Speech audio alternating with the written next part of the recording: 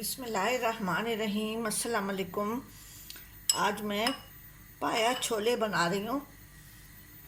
इसके लिए मैंने बकरे के 4 पाए लिए थे और उसमें मैंने सिर्फ लहसुन और नमक डाल के मैंने उसको उबाला है और उसकी यखनी निकाल ली है। और ये इसके जो गोश्त है मैंने रखा हुआ है। ये 4 पाए हैं छोटे बकरे के। ये आधा पाव छोले हैं। उसको मैंने अच्छी तरह से गला लिया है। ये मीडियम साइज़ की प्याज है, दही और मसाले जब मैं डालूँगी तो 1 बाय 1 मैं आपको बताऊँगी। अब मैंने इसके लिए मैंने 3 टेबलस्पून तेल लिया है। तेल उसमें कम डालें इसलिए कि उसकी जो सूप है या यखनी है उसमें भी काफ़ी तेल होता है, उसकी जो अपनी चिकनाई होती है वो भी होती है। अब मैं पकाना स्टार्ट करती हूँ, रेसिपी को शुरू करती हूँ।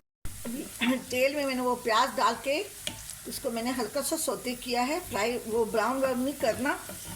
इसमें मैं अभी थोड़ा सा पानी डाल दूंगी कि ताकि मसाला न जले।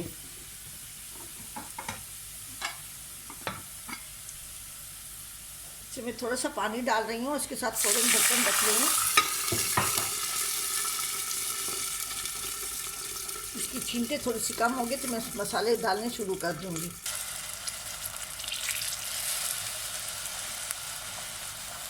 ये 1 टेबलस्पून कश्मीरी लाल मिर्च है,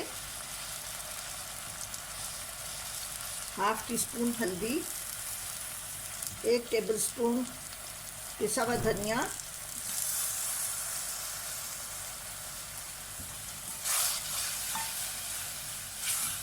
गरम मसाला पिसा हुआ मैं बाद में डालूंगी। फ़िलहाल इसको मैं अच्छी तरह से भून के मसाले को अच्छी तरह से फ्राई करूंगी। ये 1 कप पानी में लाई थी, आधा मैंने डाल दी थी, आधा मैंने और डाल दिया है। बाकी प्रोसीजर मैं बाद में करूंगी। फ़िलहाल ये मसाले की अच्छी तरह से भुनाई हो जाए। अब इसमें मैं 2 टेबलस्पून दही डाल रही हूँ।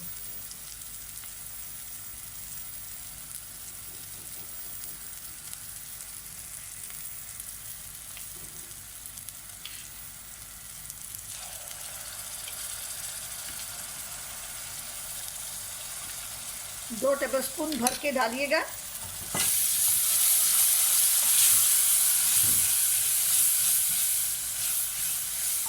जब तक मसाले की भुनाई अच्छी तरह से नहीं होती, खुशबू आने नहीं लगती, तो जब तक फिर सालन का मज़ा ज़रा भी नहीं होता।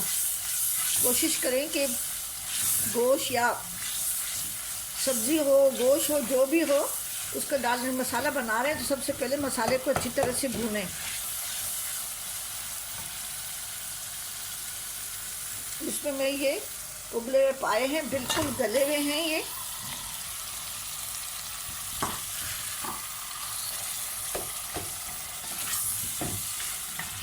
जब तक पाए गले ना हो तो उसका मज़ा ही नहीं आता।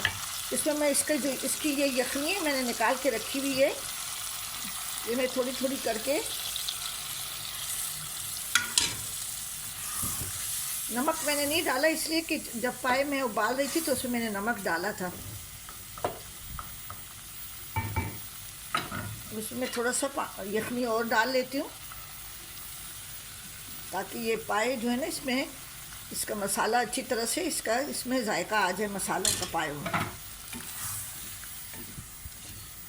अभी थोड़ी देर के लिए मैं इसको पका के उसमें छोले शामिल करूँगी और फिर उसके बाद से ये सूप शामिल, ये यखनी जो है ना ये शामिल करके हस्बे ज़रूरत फिर इसको पकाने के लिए रख दूँगी।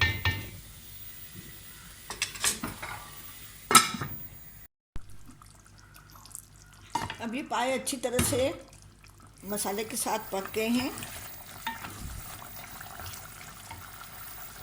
मैं उबले हुए छोले डाल रही हूँ, अच्छी तरह से उबले हुए छोले हैं और हस्बे ज़रूरत इसमें मैं इसकी जो यखनी है वो मैं डाल रही हूँ।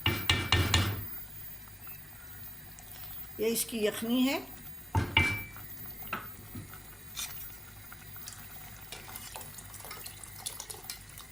कितनी आपको ग्रेवी सारे, क्योंकि ये नान वगैरह के साथ खाई जाती है। इसको बस 1-2 जोश आएंगे, ज़्यादा इसको पकाऊंगी नहीं कि ऑलरेडी सब कुछ पका हुआ है।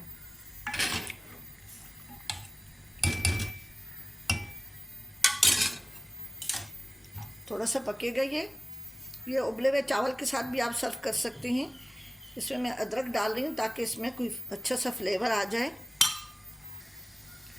इसमें मैंने अदरक डाल दी है और ये हरी मिर्च मैं काट के डाल रही हूँ, 3 हरी मिर्च।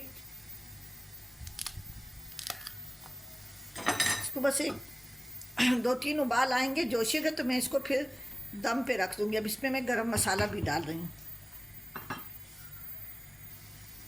इसमें मैं 1 टीस्पून गरम मसाला डाल के इसको मैं पकने के लिए रख रही हूँ। फिर मैं डिश आउट करके आपको दिखाऊंगी। पाया छोले तैयार हो गए हैं। अब इसको मैंने डिश आउट किया है। अब इसके ऊपर मैं थोड़ा सा हरा धनिया डाल लेती हूँ।